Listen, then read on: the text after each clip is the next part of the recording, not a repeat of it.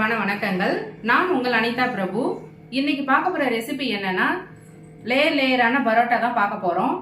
அது எப்படி செய்யறதுன்னு பார்க்கறதுக்கு முன்னாடி நீங்க இப்பதான் ஃபர்ஸ்ட் டைம் என்னோட சேனல் பாக்குறீங்க அப்படின்னா மறக்காம வசனை குக்கிங் சேனலை சப்ஸ்கிரைப் பண்ணுங்க. பக்கத்துல இருக்க பெல் ஐக்கானை கிளிக் பண்ணிக்கோங்க. அப்பதான் நாங்க போடுற வீடியோஸ் உங்களுக்கு உடனுக்குடனே வியூ ஆகும். இப்ப வாங்க நம்ம சூப்பரான லேயர் பரோட்டா எப்படி செய்யறதுன்னு பார்க்கலாம். இப்ப நம்ம ஒரு பாத்திரம் எடுத்து வச்சிருக்கோம். இதால ஒரு கப் அளவுக்கு ரைஸ் எடுத்திருக்கேன். இதை நம்ம இந்த பாத்திரத்தில் ஆட் பண்ணிக்கலாம். இது வடிச்ச சாதம் தான் இதில் ஆட் பண்ணியிருக்கிறது. இப்போ நம்ம இதால ஒரு 1.5 கப் அளவுக்கு மைதா மாவு எடுத்துக்கலாம்.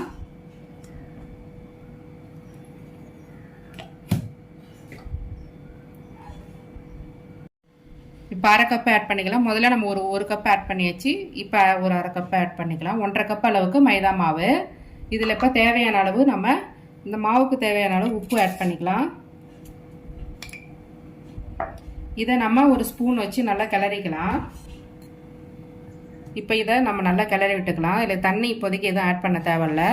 இந்த உப்பு, இந்த வடித்த சாதம், மைதா மாவு இதெல்லாம் ஒன்று சேர மிக்ஸ் ஆகட்டும். நல்லா கிளறிக்கலாம்.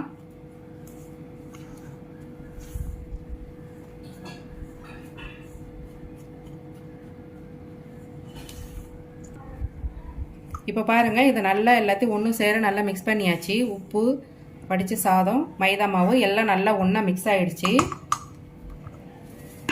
இப்போ நம்ம ஒரு மிக்ஸி ஜார் எடுத்துக்கலாம். இதில் கொஞ்சமாக நான் ஆயில் அப்ளை பண்ணியிருக்கேன்.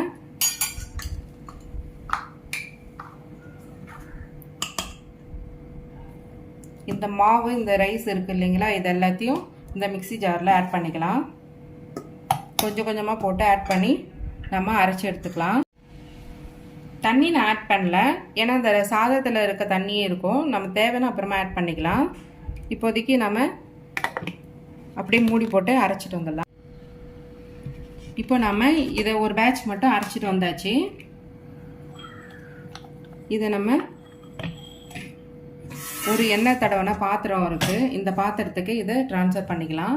இது போல் நம்ம ஒரு பேட்சாக எல்லாத்தையுமே அரைச்சிட்டு வந்து இதில் வைக்கலாம். இப்போ பாருங்கள், நம்ம ஒரு 3 பேட்சாக இதை மிக்சியில் போட்டு நல்லா அரைச்சிட்டு வந்தாச்சு.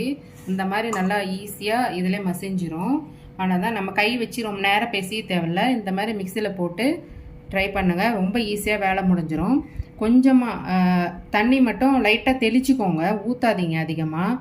ஒரு ஸ்பூன் 2 ஸ்பூன் அளவுக்கு ஒரு பேட்சுக்கும் தண்ணி லைட்டாக ஊற்றிட்டு அரைச்சிட்டு வந்துடுங்க. இப்போ இதெல்லாத்தையும் நல்லா ஒன்று சேர மிக்ஸ் பண்ணிக்கலாம். எவ்வளோ சாஃப்டாக வந்துருக்கு பாருங்கள். இப்போ இந்த அளவுக்கு நல்லா மாவை நம்ம ஒன்று சேர பிசைஞ்சு வச்சாச்சு. இதில் கொஞ்சமாக ஆயில் அப்ளை பண்ணி விட்டுக்கலாம்.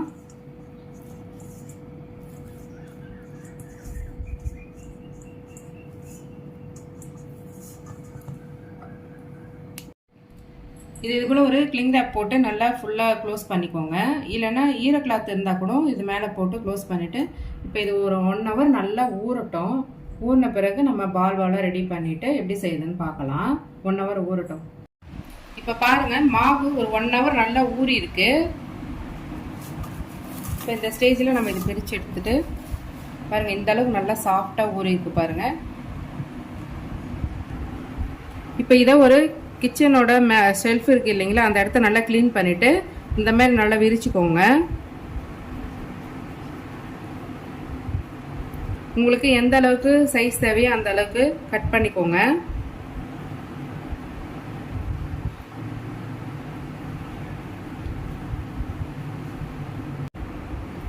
இந்த அளவுக்கு எல்லாத்தையும் ஒரே ஈவனாக கட் பண்ணிக்கோங்க. இப்போ தனித்தனி பால்ஸாக எடுத்து இந்த மாதிரி பண்ணிக்கோங்க.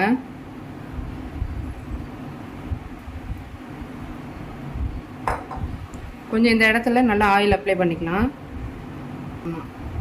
இதேமாரி எல்லாத்தையுமே நல்லா பால்ஸ் எல்லாம் ரெடி பண்ணி வச்சுக்கலாம். இந்த மாதிரி பாலாக திரட்டி வச்சாச்சு. அது மேலே நான் கொஞ்சமாக ஆயில் அப்ளை பண்ணியிருக்கேன். இப்போ இதை ஒரு கிளாத் வச்சு க்ளோஸ் பண்ணிக்கலாம். இது ஒரு 1/2 hour நல்லா ஊறட்டும்.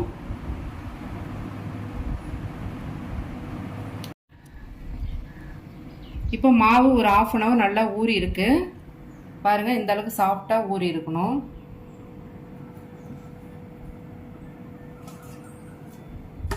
இப்போ நம்ம அதை ஒரு பாத்திரத்தில் எடுத்துக்கலாம்.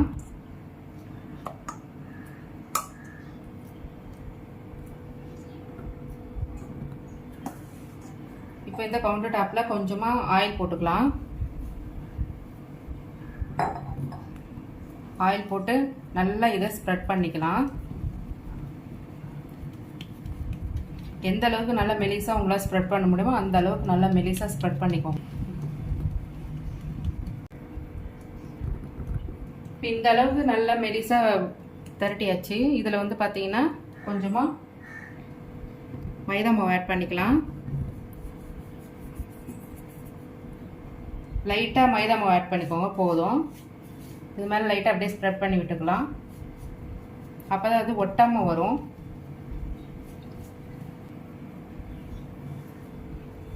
இப்போ இதை ஒரு நைஃப் வச்சு நல்லா மெலிசாக நல்லா ஒரு கட் போட்டுக்கலாம். நிறையா எந்த அளவுக்கு மெலிசாக முடியுதோ அந்த அளவுக்கு மெலிசாக கட் போட்டுக்கோங்க.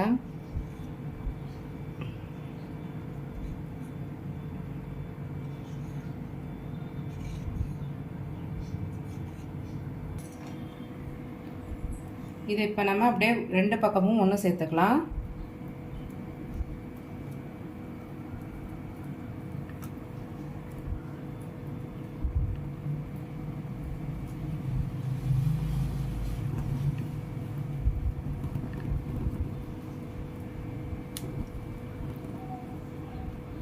நீங்கள் கையில் வச்சு மடித்தாலும் மடிக்கலாம், இல்லை இந்த கவுண்டர் டாப்லேயே வச்சு இப்படியே சுற்றினாலும் சுற்றிக்கலாம்.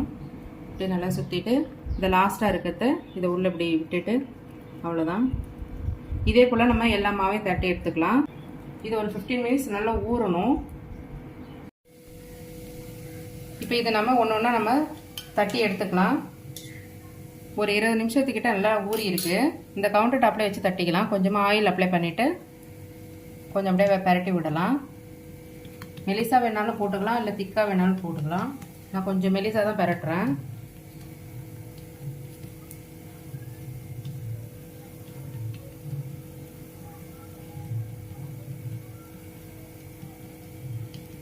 இந்த மாதிரி ரெடி பண்ணிக்கலாம்.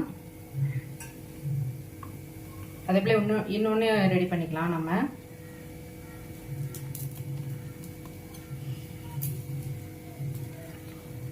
இதே போல் நம்ம எடுத்து வச்சுக்கிற எல்லா மாவையும் இது போல் நம்ம பரட்டி எடுத்துடலாம்.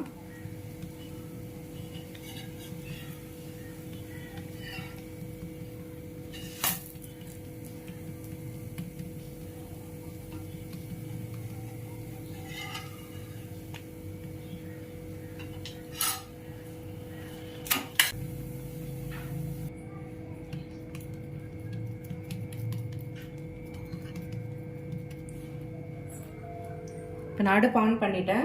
அதை தவா ஒன்று வச்சு இப்போ ஹீட் பண்ணியிருக்கேன். இதில் கொஞ்சமாக ஆயில் போட்டுக்கலாம்.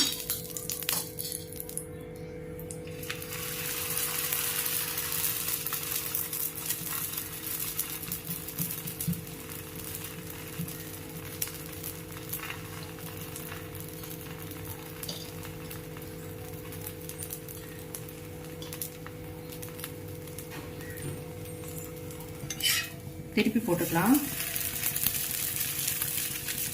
திருப்பி போட்டு லைட்டாக கொஞ்சம் ஆயில் போட்டுக்கலாம்.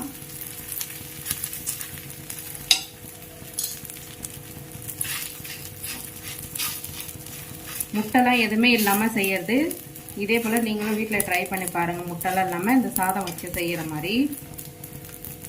இது ரொம்ப ஈஸியாக முடியுது.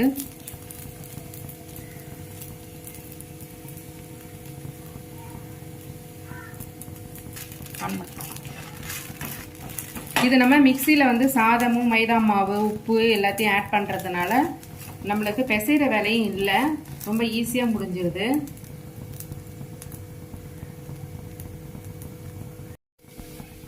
இப்போ பாருங்கள், ரெண்டு பக்கமும் நல்லா சுட்டு எடுத்தாச்சு. இதே போல் நம்ம எல்லா பரோட்டாவும் சுட்டு எடுத்துக்கலாம்.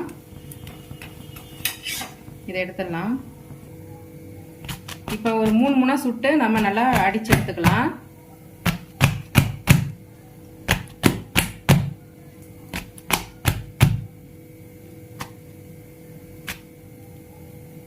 இப்போ பாருங்க, நல்லா லேயர் லேயரா வருது.